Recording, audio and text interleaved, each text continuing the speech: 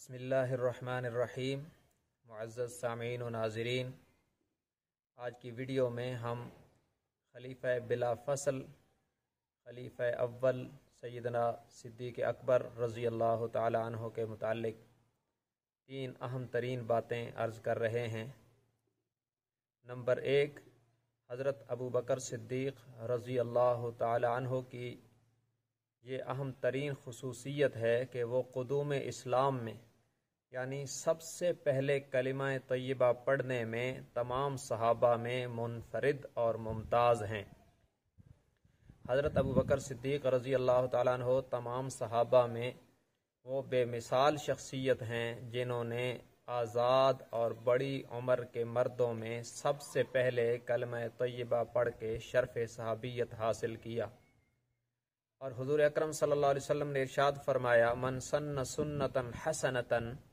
فلہ اجر من عملہا، کہ جو شخص کسی اچھے کام کی بنیاد رکھ دے، بعد میں عمل کرنے والے جب تک عمل کرتے رہیں گے، جہاں ان کو اجر ملے گا وہاں اس بنیاد رکھنے والے کو بھی اجر ملے گا۔ تو حضرت ابو بکر صدیق رضی اللہ تعالیٰ عنہ وہ عظیم انسان ہیں جنہوں نے قبول اسلام کی بنیاد رکھی ہے،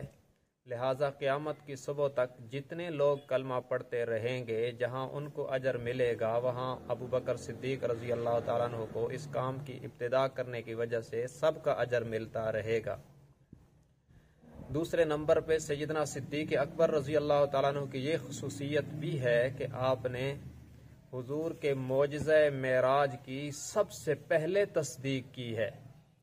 جبکہ کفار مکہ اس کو شوشہ بنا کے اڑا رہے تھے، کیونکہ معراج کا دعویٰ حضور کا ایسا دعویٰ تھا جو آپ سے پہلے کسی نے نہیں کیا، اور اس پر کفار مکہ کو یہ امید تھی کہ ابو بکر صدیق اس کو تصدیق کرنے میں سوچے گا، لیکن سیدنا صدیق اکبر نے بلا تردد فوراً کہا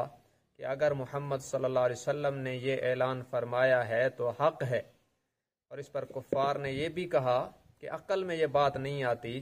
تو صدیق اکبر نے فرمایا ہم عقل کی ساری کسوٹیاں محمد الرسول اللہ کے قدموں پر قربان کر چکے ہیں۔ تو حضرت ابو بکر صدیق پہلے قبول اسلام کرنے والے، سب سے پہلے آزاد مردوں میں کلمہ طیبہ پڑھنے والے، اور سفر معراج کے معجزہ معراج کے سب سے پہلے مصدق ہیں۔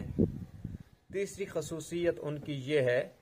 کہ تمام صحابہ کرام رضوان اللہ علیہم اجمعین میں حضرت ابو بکر وہ تنہا خوش نصیب انسان ہیں جن کی چاروں پشتیں صحابی ہیں۔ یاد رکھیں، میں یہ نہیں کہہ رہا کہ ان کی چاروں پشتیں مسلمان ہیں، اس میں تو بہت سارے لوگ ہیں، ہم بھی اس میں شامل ہیں،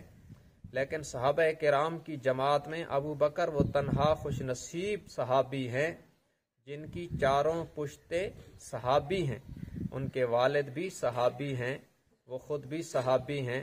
ان کی بیٹیاں بیٹے بھی صحابی اور صحابیات ہیں، ان کی نواسیاں اور نواسے بھی صحابی اور صحابیات ہیں۔